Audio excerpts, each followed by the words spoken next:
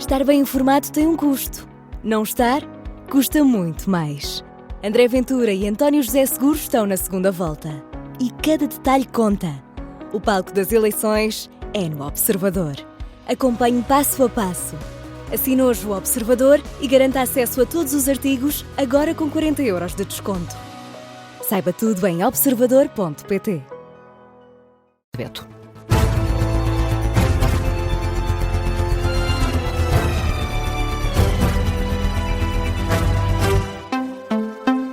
Jornal das 7 na Rádio Observador, com a edição da Carla Jorge de Carvalho, e começamos este jornal com uma notícia de última hora relacionada com a depressão Christine. Uma pessoa morreu esta madrugada em Vila Franca de Xira. Trata-se de um motorista de uma viatura ligeira de mercadorias que estava a circular na Estrada Nacional 1. Morreu na sequência da queda de uma árvore em cima da viatura. Este incidente mortal aconteceu perto das 4h30 da madrugada, na zona de Povos, em Vila Franca de Xira. No local estão operacionais dos bombeiros, INEM e PSP. A informação é confirmada à Rádio Observador por fonte oficial da Proteção Civil. O comandante Paulo Santos adianta ainda que o número de feridos está ainda por apurar, mas a autoridade fala já em múltiplas pessoas afetadas. O registro de uma vítima mortal em Vila Franca de Xira. Feridos, não temos números exatos que lhe possamos informar, mas haverá múltiplos feridos, e nomeadamente também no distrito de Santarém, com 2 bombeiros feridos, e portanto é uma situação em evolução. É uma situação em evolução. O número de ocorrências para já são 655 registadas entre a meia-noite e as 6 da manhã, mas Paulo Santos, da Proteção Civil, diz que este é um número ainda pouco realista face ao cenário que se vive em distritos como Leiria. Desde as 0 horas até às 6 da manhã tivemos um total de 655 ocorrências registadas. E eu sublinho aqui o registadas, porquê? Porque no distrito de Leiria teremos uma situação mais complexa, que não estamos, portanto, os corpos de bombeiros locais não conseguem responder às ocorrências. Houve danos por todo o distrito em edificado, postos de eletricidade, postos de comunicações, árvores, que dificulta a resposta às ocorrências, portanto estas ocorrências serão muitas mais.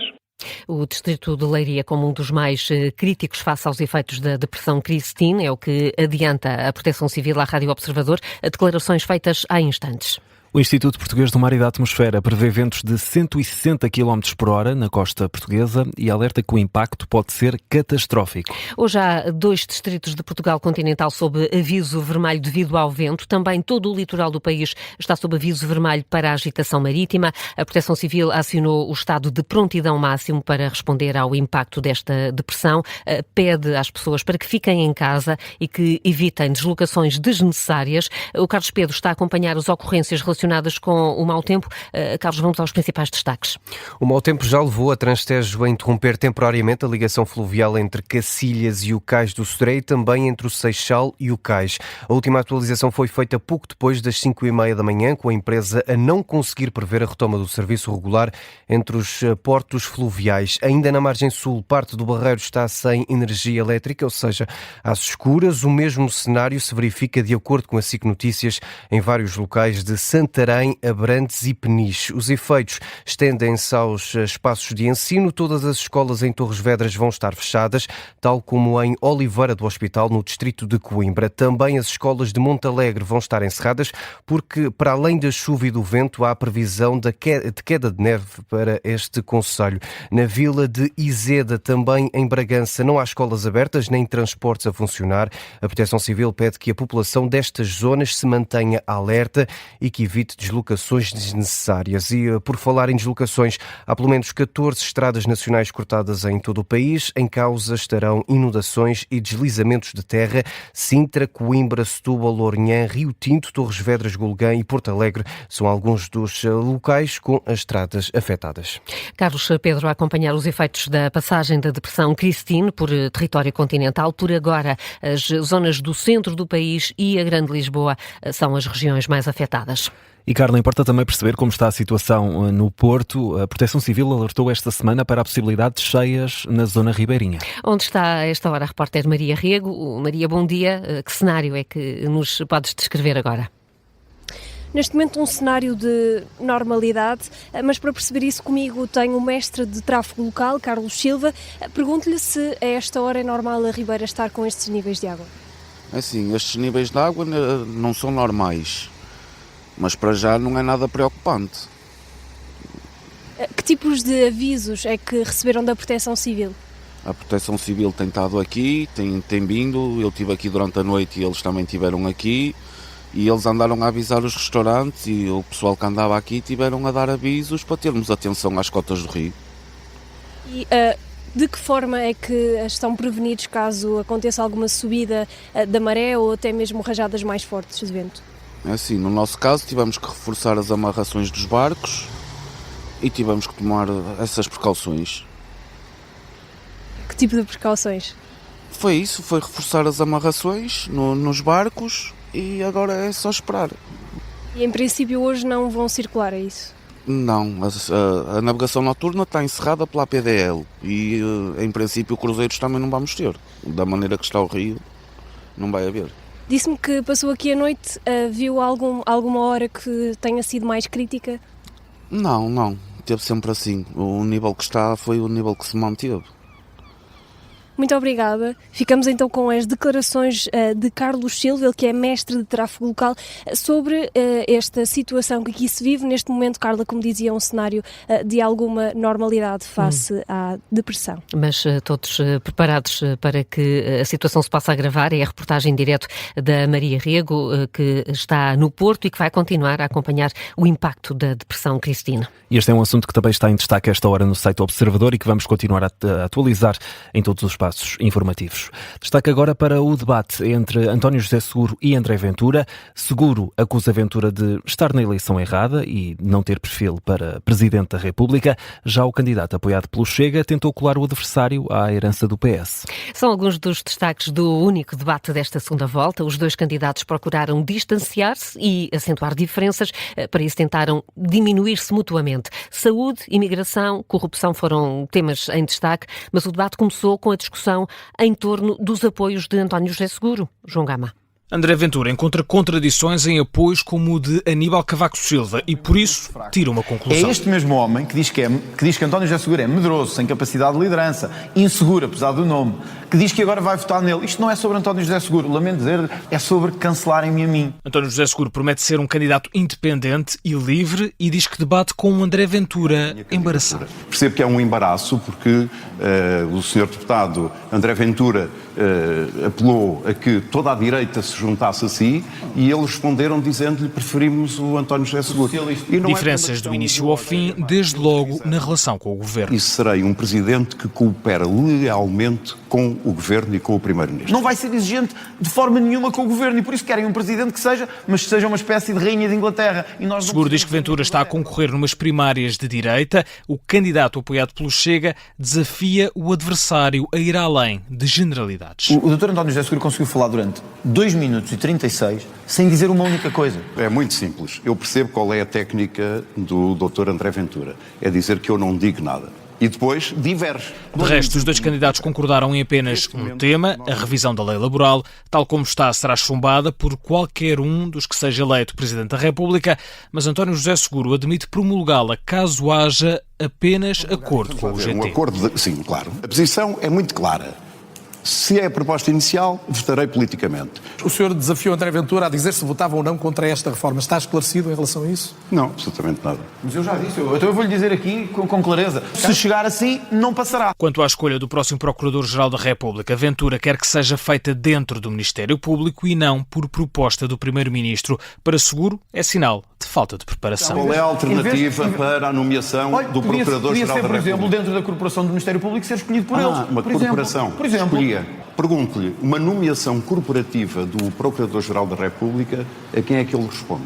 A quem é que responde? Responde se calhar mais facilmente do que ao Governo. O tom voltou a subir quando o tema passou a ser a imigração. Ventura insiste que Portugal não tem condições para acolher mais imigrantes e traz a debate a teoria da substituição. Uma exigência brutal de mão de obra. Mas a exigência de mão de obra não pode significar uma substituição populacional. Eu não quero fechar Portugal. Eu quero é que quem venha para Portugal, tenha que cumprir regras. Seguro respondeu com uma pergunta. Não, é só para dizer que esta política do empadão, quer dizer, começa-se numa coisa, mistura-se tudo, isso eu discordo completamente. Segundo, como é que resolvia o problema da economia?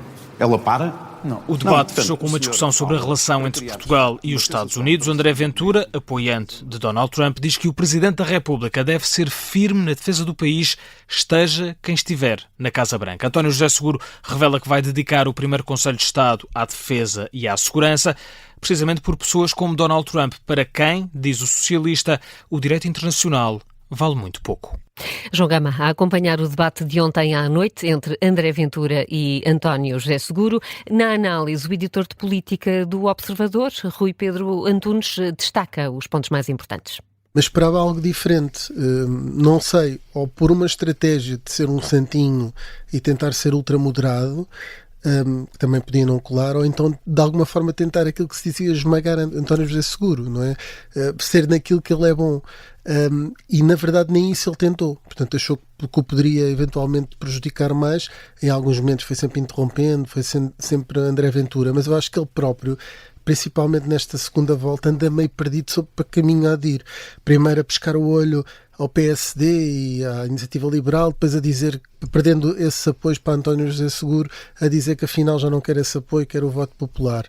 Depois ao mesmo tempo é moderado e depois de repente volta à conversa dos tachos e tachinhos e da corrupção, e sem grande nexo naquilo que só atira toadas para o ar.